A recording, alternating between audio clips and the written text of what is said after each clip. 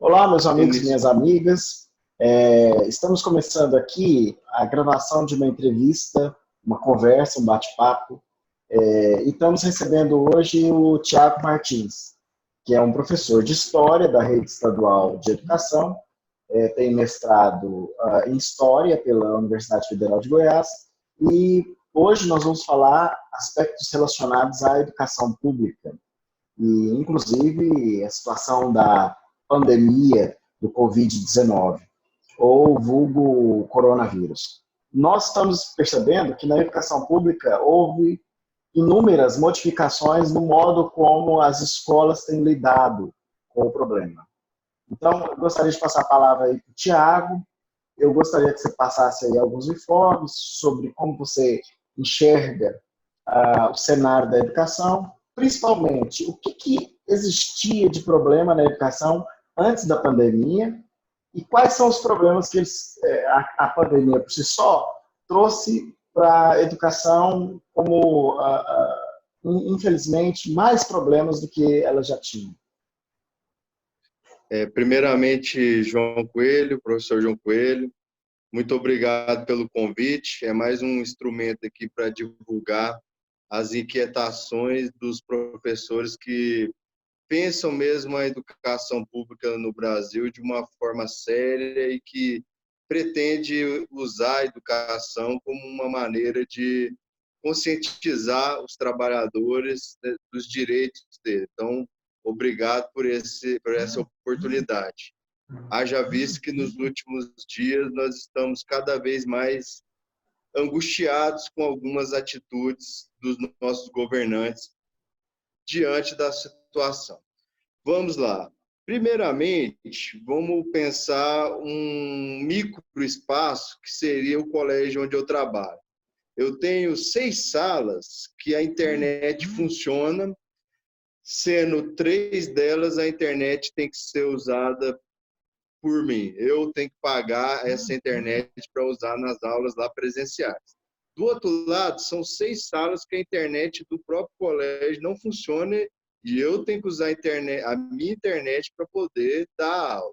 Então, em nenhum momento, o nosso grupo, as pessoas que estão envolvidas na nossa luta, é contrária à modernização, à utilização de ferramentas como essa aqui, inclusive, nós estamos usando hoje na educação. Pelo contrário, há muito tempo nós estamos lutando para que essas ferramentas cheguem aos nossos alunos. Mas, para começar, então, a própria escola padece do mal da infraestrutura, da falta de infraestrutura, já nesse sentido. Então, nós já estamos sofrendo esse processo há algum tempo.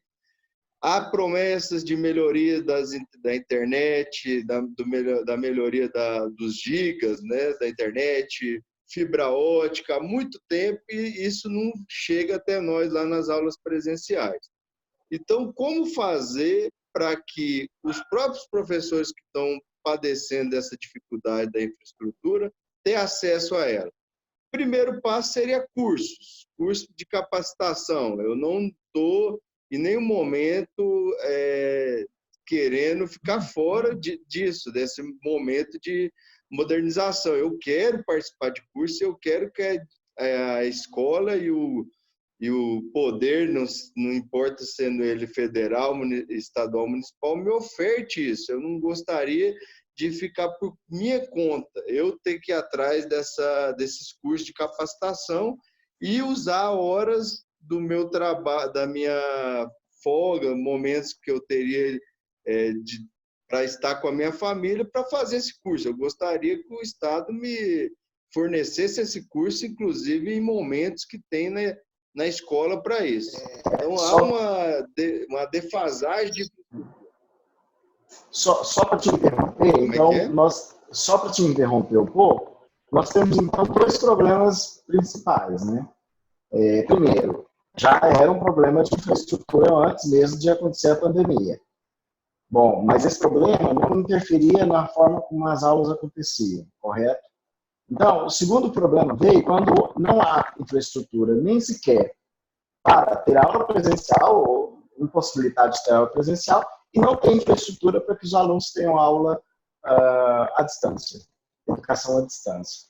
Então, a solução, então, seria nós termos todos os alunos com internet banda larga em casa. Você acha que esse é um projeto viável e que democratizaria o acesso às redes, o acesso à blogosfera e a inúmeros sites?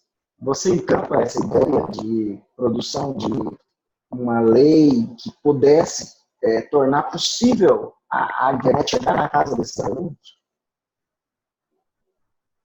Então, eu li vários artigos sobre isso nos últimos dias e num deles me chamou a atenção o fato de que o colégio da Unicamp, que é um dos mais reconhecidos, né, o colégio da Unicamp, o colégio do ensino médio lá, estilo CEPAI aqui de Goiás, ele é um dos melhores do país, com uma das maiores notas do Enem, e lá 80% dos alunos só têm acesso à internet através do celular. 13% só possui acesso à internet com o celular e um computador. E o restante que falta aí, 7%, não possui nem acesso à internet, nem no celular, nem no computador. Então, se um colégio como esse, que tem toda uma seleção e que geralmente quem tem acesso a esse colégio é da classe chamada B, está com essa dificuldade, imagina os colégios da periferia, que seriam a classe D e E, como é que está a atuação deles, né? Tendo que conviver com a internet pré-paga, que tem menos giga, e que quando você não paga, você não tem dinheiro para ir lá para fazer a recarga, você tem o corte dessa internet. Então, está se tendo um debate agora, alguns deputados, principalmente de partidos de esquerda, pedindo que, nesse momento, a Anatel não corte a internet de ninguém. Eu penso que, como vai ter mudanças no pós-pandemia, eu penso que uma das mudanças é dar acesso a esses alunos à internet. Uhum. E já... Pode falar. Você falou sobre modernização. E o que nós temos acompanhado na história de Goiás, a partir da década de 30, a modernização significa, no capitalismo, uma forma de reestruturação produtiva, fazendo com que determinados profissionais trabalhem muito mais para o capitalismo vigente em função de outras formas mais atrasadas de produção capitalista.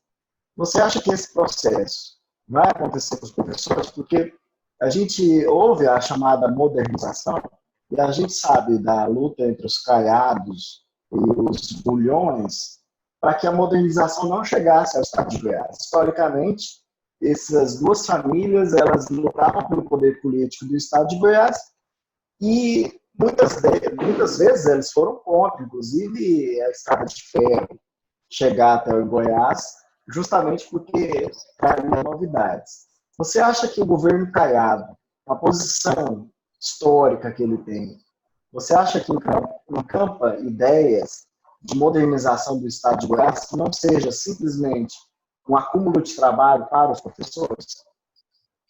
Olha só, esse aí é um debate amplo e é bom para, inclusive, de desmistificar. Há um mês atrás eu li um livro sobre o Mauro Borges.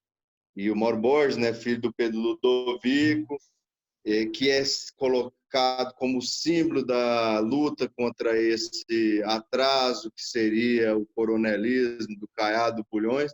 E nesse livro ele aponta que não é bem assim. O livro da professora Teresa Fava, uma tese de doutorado dela, que o próprio Mauro Borges manteve uma estrutura de Estado ligado à agropecuária. Eu penso que aí é o problema, é uma luta minha já antiga, é um debate que eu faço, que é o seguinte: temos que escolher, queremos ser um país capitalista? É o nosso desejo competir com as potências internacionais?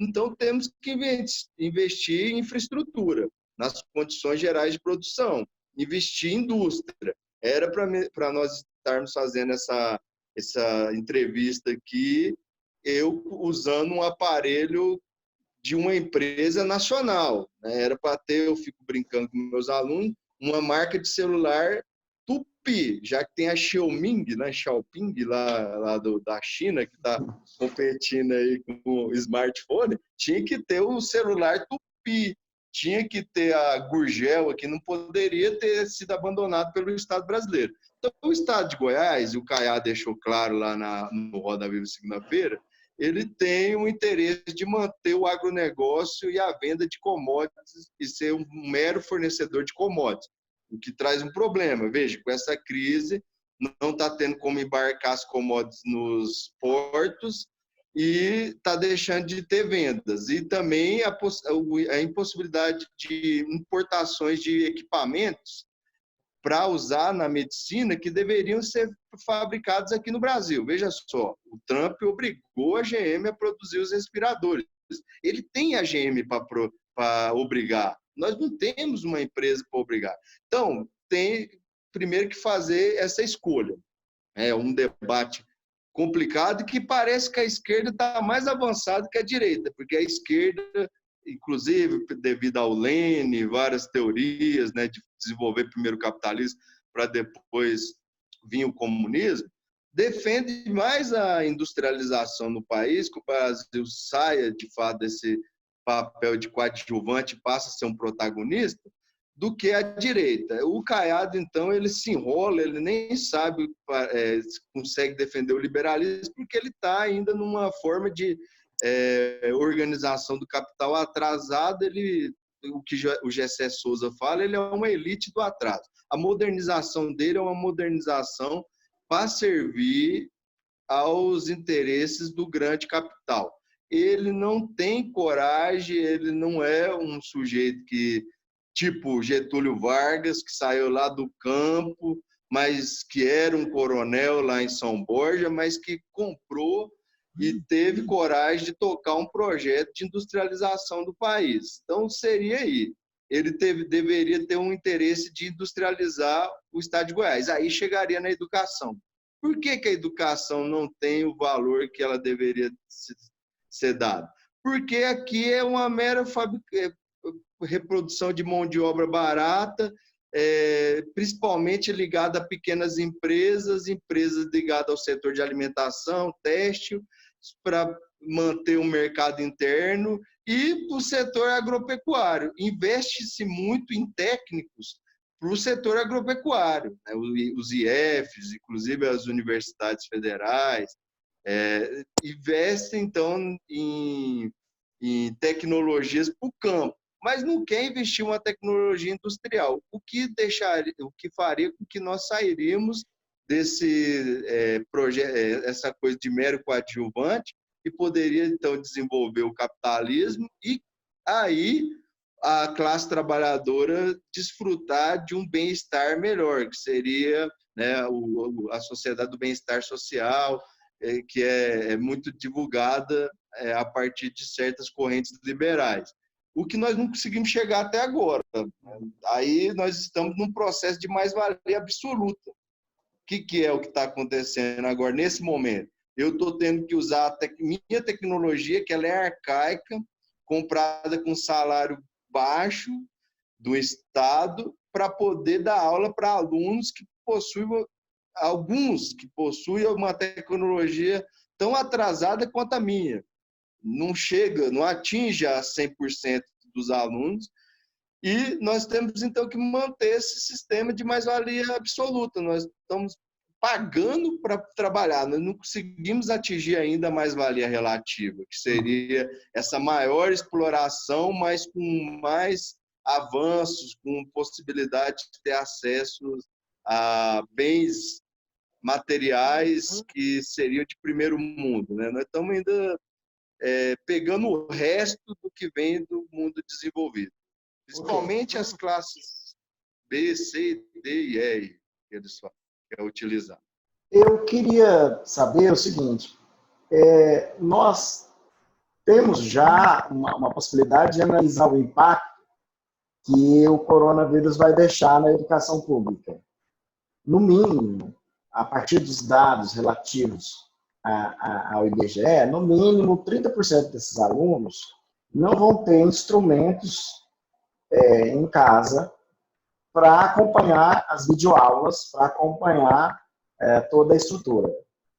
Algumas empresas, elas disponibilizaram internet, outras disponibilizaram cursos online, mas vários alunos ainda não estão. Eu gostaria de saber de você, inclusive, qual o impacto que isso pode trazer, por exemplo, para alunos como o EJA, Educação de Jovens e Adultos, porque eles já fazem um tempo menor do que deveriam, ou seja, a educação de jovens e adultos, eles terminam o ensino médio em 1 ano e meio, sendo que o aluno convencional termina em 3 anos. E agora, nessa situação, praticamente, se as escolas voltarem em junho ou final de maio, a situação seria pior ainda, porque praticamente muitos perderiam. Essa é a primeira pergunta. A segunda seria, a internet trouxe muitos bens, e muitos bens culturais, mas, por outro lado, muita gente usa a internet para outros fins, não pedagógicos, educativos. Qual seria também esse impacto que a internet causaria na visão política e na visão de consumo ou na visão relacionada à cultura? Então, a primeira questão, eu penso que nós já deveríamos estar tratando dela quando do debate da BNCC. Muita gente usa esse argumento de falta de tecnologia para tentar me convencer de que essa forma de educação à distância não vai entrar de vez nos próximos anos.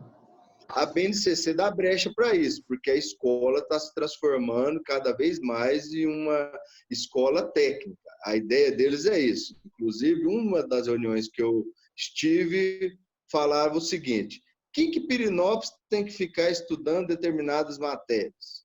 Não precisa. Pirenópolis o aluno da escola pública tem que ser direcionado para o turismo. Ele tem que ter aulas de culinária para atender os turistas que vão vir. Ele tem que ter aula de biologia para poder explicar quando ele for um guia turístico. Ou seja, a educação pública, que já era um debate nosso antigo, só formadora de mão de obra barata, tal, mão de obra do mercado, não é uma educação crítica, tal, todo aquele debate, né, que muito Salviani e outros, Paulo Freire, tudo vai ficando para trás e eles determinam na BNCC. Então, você pensa comigo, de repente eu estou errado. Chega lá, aqueles alunos que possuem o mecanismo, a internet, tudo, eles vão poder manter um padrão de aula avançado, ter aulas com professores que possam capacitá-los, inclusive, para disputar no mercado de trabalho vagas com alunos de colégios mais desenvolvidos, que, inclusive, muitos vão quebrar. Eu estou vendo um cenário agora que nós vamos voltar, eu penso que nós vamos voltar só em agosto, e com as salas cada vez mais cheias, porque os colégios já chamaram para fazer negociação com os professores. Então, muito colégio vai fechar a turma, muito aluno vai sair dos colégios e vão para o colégio público.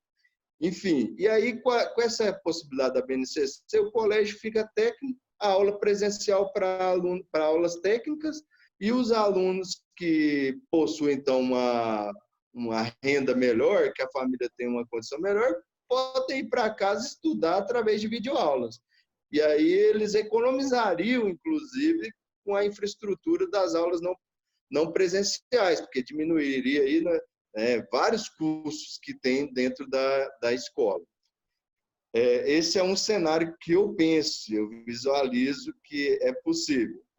E um cenário, então, totalmente de exclusão. Nada de investimento para a internet, para quem não tem condições, e sem pensar numa disputa igualitária, né, caindo por terra tudo que se defende de meritocracia. Vai ser a lei dos mais fortes mesmo. Quem tem as condições, vão continuar. Quem não tem, que se adapta ao curso aí técnico que já vai ser oferecido, e tem que agradecer por ter essa oportunidade. Vai ser esse o discurso, ao meu ver. Né? Logicamente, bem amenizado, bem mais bonitinho do que eu estou falando. O segundo ponto aí entra na questão da indústria cultural. É um debate que eu gosto muito da Escola de Frankfurt. Eu tenho uma leitura melhor do Marcuse em relação a isso. O autor lá, o Adorno, o Horkheimer, mas o Marcuse é o que eu mais tive acesso. A indústria cultural, eu tenho sérios problemas, debate com alguns colegas, porque nós estamos nessa, João. Eu, você, todo mundo, nós fazemos parte do que a indústria cultural estabelece para nós. Não adianta achar que tem o conhecimento acima dos outros, que nós estamos também, nós queremos ter um celular melhor, nós queremos ter acesso a uma telecine, um Netflix, nós queremos nos divertir, e tudo que a modernidade e a sociedade moderna traz com o desenvolvimento tecnológico. Aí é tentar estabelecer, caso haja uma resistência e consiga, então, uma democratização maior da internet, tentar conscientizar os alunos de que há, por exemplo, filmes para ser assistidos que você vai se divertir e que você vai conseguir fazer uma reflexão e que você vai conseguir ter um aprendizado em todas as áreas, em biologia, química, física e tal.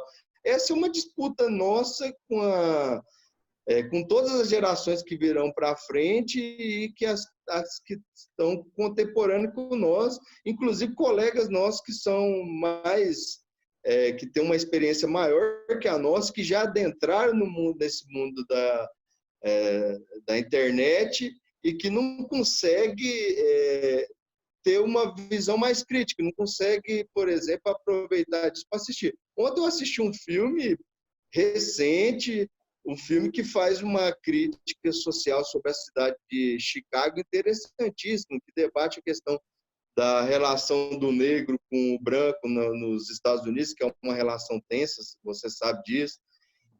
Os Guetos, que é um filme chamado Beat, e ele trata da música eletrônica. Né? O menino lá, né, o August, né, perdi o nome dele, ele é um DJ, e ele é um DJ que tem sérios problemas psicológicos, que é algo que nós estamos enfrentando já na educação, e eu gostaria de falar disso, é diferente um menino que tem problemas psicológicos, advindos, por exemplo, de uma separação de pais, num colégio de elite, num bairro de elite, é bem diferente do menino que está vivendo isso na periferia. Porque, geralmente, além da separação, ele tem o abandono e tem a crise financeira e, por último, ele não tem acesso a um psicólogo. Né? E aí é diferente isso. E aí o Augusto lá, que é o personagem, ele está com esses problemas, ele é da periferia, mas ele é um DJ. Então, é possível, por exemplo, os alunos ter acesso a materiais que se diverte, que a indústria cultural produz para nós, para diversão, mas que sejam reflexivos. Eu sempre vi assim. É possível. Não tem nenhum problema você gostar de futebol.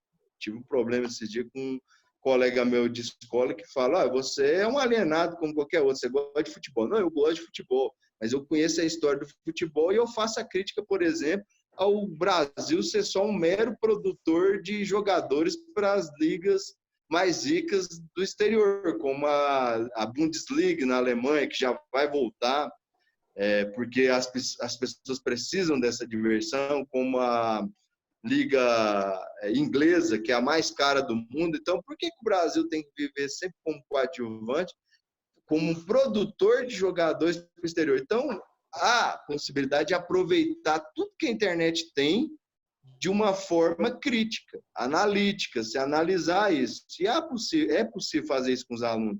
Tem alunos me procurado através do WhatsApp, outras, para perguntar, por exemplo, sobre guerra híbrida. Eles vêm de uma forma, ainda não com esses conceitos formados, mas perguntar: professor, é possível a China ter criado o coronavírus para disputar com os Estados Unidos o comércio? Aí, ou seja, eles estão querendo perguntar sobre a hegemonia do capital, tal. E aí eu vou e indico para eles, olha, site tal, tem tal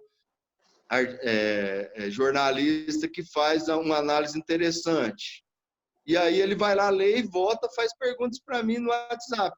É possível ser usado isso. Agora depende dessa questão da desigualdade social. Será que nós vamos deixar isso só para uma casta, um grupo específico de alunos que tem acesso a essa tecnologia, ou nós vamos expandir isso para todos, dar acesso a todos e aproveitar disso? Porque modestas à parte, eu consigo fazer isso nas minhas aulas. Eu não impeço os alunos de usar o celular. Pelo contrário, eu aproveito momentos que alguns alunos estão lá no celular e peço para ele fazer alguma pesquisa para mim.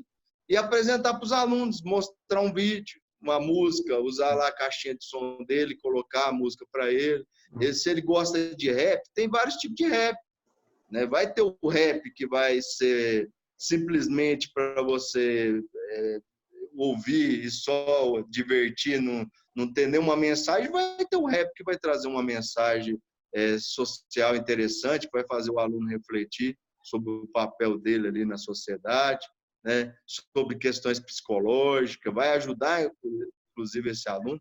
Então, eu penso que esse debate sobre a indústria cultural tá no capitalismo, não tem como fugir. Alguém vai ganhar dinheiro com esse produto. Agora, é nosso papel, é o papel do professor, apresentar para os alunos, ser um mediador, mostrar para eles que há possibilidade deles pesquisar, porque também não adianta ser doutrinador.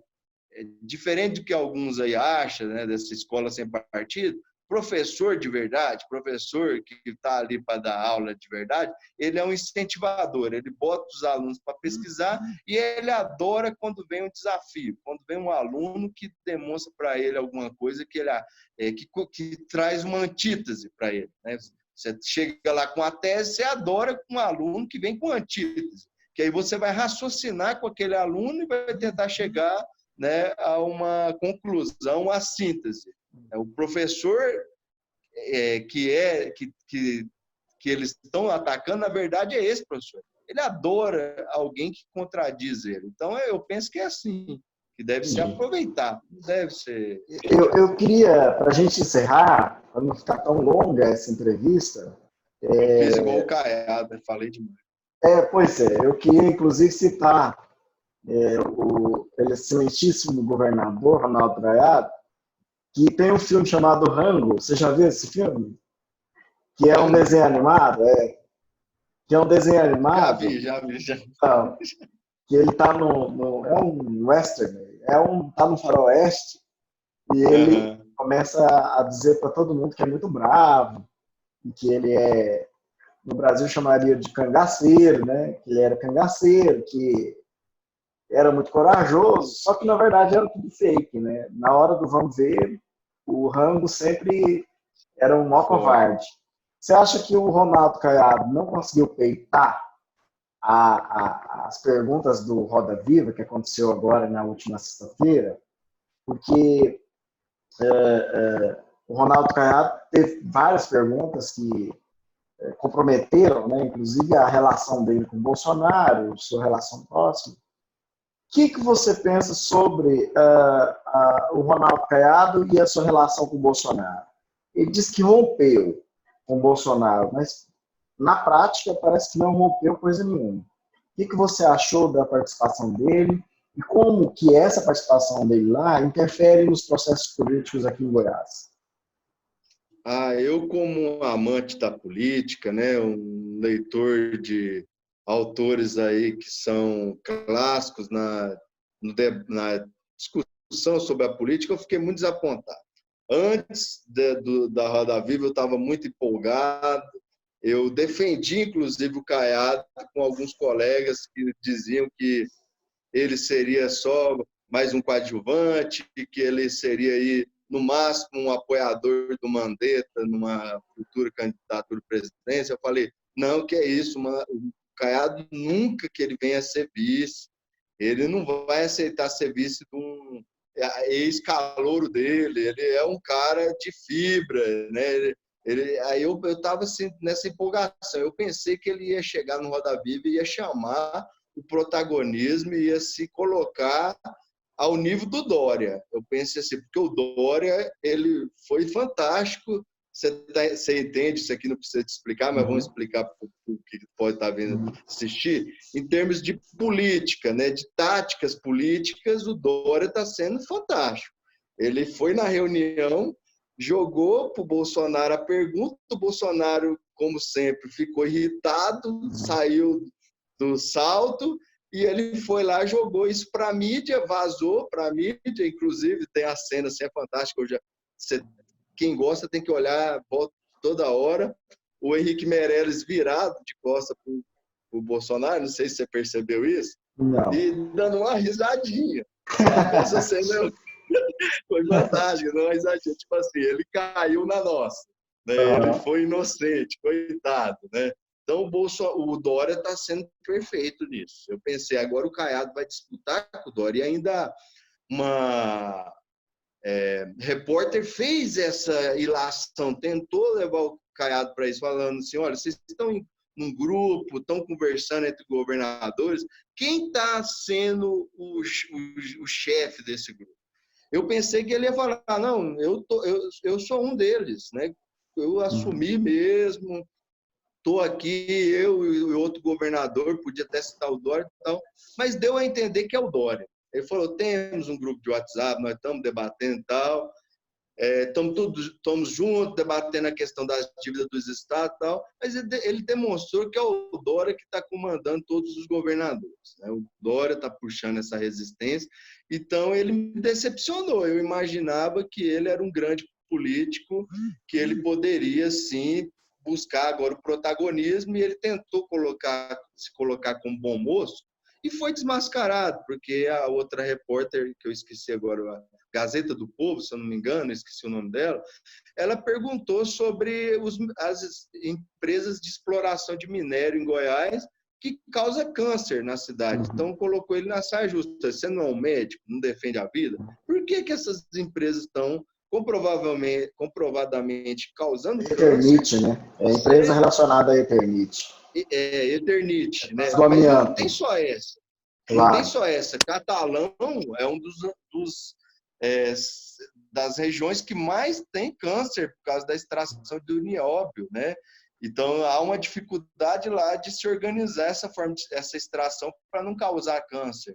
Então, ele quer se colocar como bom moço, poderia aproveitar disso, usar da retórica, ser um sofista nesse momento, e chegar no Roda Viva e se colocar como protagonista, mas eu acho ele se colocou como mais um mero coadjuvante, alguém que está na garupa mesmo. Eu mandei lá no Roda Viva, na garupa do Bolsonaro no jet ski, né? Porque foi uma das cenas mais ridículas que eu vi nos últimos anos. O Caiado grudado na cintura do Bolsonaro. Ele não atacou o Bolsonaro, ele ainda quis dizer assim, a repórter colocou todos os dados lá, olha, o Bolsonaro fez isso, problema com a China, o Bolsonaro está prejudicando o seu estado, porque a China é um dos maiores importadores de soja do seu estado, tal. Colocou vários dados lá e ele preferiu. Eu acredito que o Bolsonaro vai mudar. O prefeito de Milão inclusive tem uma pergunta, né? ajoelhou. Você acredita que vai mudar em 24 horas? Aí ele, sim, acredito. Pois é, ela perguntou, né, para ele. E ele ficou assim, sem jeito. A vez dele chegar e falar, não, esse cara não tem condição mesmo. Aproveitar a onda, né, a situação, isso politicamente pensando, se aproveitar politicamente, ver que o Caiado está indo, falar assim, vou fazer uma parceria aqui com o Mandetta, que ele tá, todo mundo está defendendo ele, todo mundo esqueceu a história dele, os problemas que ele tem de corrupção, inclusive a galera da esquerda está gostando do cara, está apoiando o cara. Vou grudar na cintura aqui do Mandetta e vou buscar esse protagonista. Aí eu pensei, nem que seja para ser vice, já que ele não dá conta mesmo de ser presidente, que era o sonho dele, que seja para ser vice do Mandetta, vou chutar o barco. Porque depois dessa Brasil, pandemia, o Mandetta é um bom negócio, né? E está fora com força. E no Brasil, serviço é um bom negócio. Com as instabilidades políticas. Pois é, porque vem impeachment, né? Tiago, Porque tem Eu uns impeachment, ele gostaria, poderia assumir igual o Temer. eu gostaria aqui de encerrar nossa entrevista e agradecer a sua participação. Acho que nós temos que chamar outros convidados aqui também, fazer isso toda semana, e para manter não só o debate político funcionando, mas também para trazer novas ideias. Uma das questões que eu gostaria de trazer é sobre o direito autoral dos professores, e o direito de imagens dos professores. Porque o que nós estamos falando? Nós estamos falando de incentivo à videoaula, publicação no YouTube, e que todo o conhecimento que o professor acumulou deve ser disponibilizado gratuitamente nas redes, como se esse professor não tivesse mais direito sobre a própria imagem. Nos arrancaram tudo, nos arrancaram nossa identidade, nos arrancaram nosso salário, nos arrancaram a base intelectual que nós nos esforçamos tanto em conseguir, agora querem tirar absolutamente tudo, né? Espremer até sugar toda a possibilidade de lucro sobre o professor. Então, eu gostaria de trazer outros temas, inclusive pessoas para tratar sobre diversas questões, inclusive questões culturais. Desde já, agradeço muito a sua participação e, com certeza, vamos chamar novas pessoas para a gente ampliar esse debate aqui e poder levar mais informações para um número significativo de pessoas e mostrar que, embora essa modernização traga consequências negativas, também pode ser uma maneira da gente conseguir chegar a mais pessoas que antes a gente não conseguiria se não fosse os novos métodos que aqui estão. João, quero agradecer a sua iniciativa. Como sempre, isso demonstra que dentro da MPG não tem ninguém que resiste à tecnologia. Pelo contrário, você é um exemplo disso. Vem sempre. O MPG surgiu assim. A tecnologia ela é boa para poder aproximar as pessoas, divulgar para a classe trabalhadora ter acesso à informação, então não somos contrários e essa sua iniciativa é boa para isso, para poder trazer esse debate e levar para os nossos alunos um material até de maior qualidade e de uma análise melhor. E dizer que essa questão autoral está me incomodando mais ainda porque está sendo forçado alguns professores a, inclusive, está sendo usado como marketing para o governo, né? O professor paga a internet dele, paga a luz, faz a aula e no final tem que colocar a hashtag Gracinha Caiada. Eu vi um trem desse, eu vou usar aqui a linguagem nossa goiana, eu vi uma coisa dessa, fiquei abismada. Eu me sinto indignado. Tem pessoas, eu questionei alguns gestores hoje sobre isso, e para eles é comum, mas nós não podemos aceitar isso. A coisa mesmo do coronelismo, assim, você vai lá, trabalha, produz a aula, o coordenador sofre para organizar a rede social da escola, já tem o problema do direito autoral, que você não está ganhando nada mais por aquilo, e ainda você tem que fazer a propaganda da esposa do governador, da representante da CRER e de outros políticos, né? Então, que não estão dando nada para nós de garantia de tecnologia, nada de infraestrutura para isso. Então, é algo pior, é algo assim, típico de um governo ditatorial. Está tendo professores que estão sendo pressionados a colocar lá hashtag Ronaldo Caiado, hashtag eu amo a educação, hashtag Goiás, mais Goiás, para poder divulgar o governo, fazer marketing para o governo. Então, eu peço, já despedindo, né, com esse meu discurso longo, que os professores não entrem nisso. Façam as aulas, né, passem esse conhecimento para os alunos, que eles não são culpados por essa falta de infraestrutura. Nesse momento, vão fazer o nosso sacrifício, mas não divulgue o governo. Não divulgue políticos ligados ao governo. Não divulgue a esposa do governo, como fazia o Cavalério Pirillo, né? Não vão fazer isso, não vão, além de doar nosso suor, fazer propaganda para eles. Eles não ajudaram em nada, não fizeram nada mais do que a obrigação deles. Nós devemos divulgar os professores. Hashtag somos todos professores. Obrigadão, um abraço. Agradeço. Nós vamos disponibilizar esse vídeo de hoje nas plataformas do MPG, na página Mobilização dos Professores de Goiás, também no grupo que nós temos, mobilização dos professores de Goiás, e também nas nossas redes sociais, tanto o YouTube, Twitter e também outras plataformas.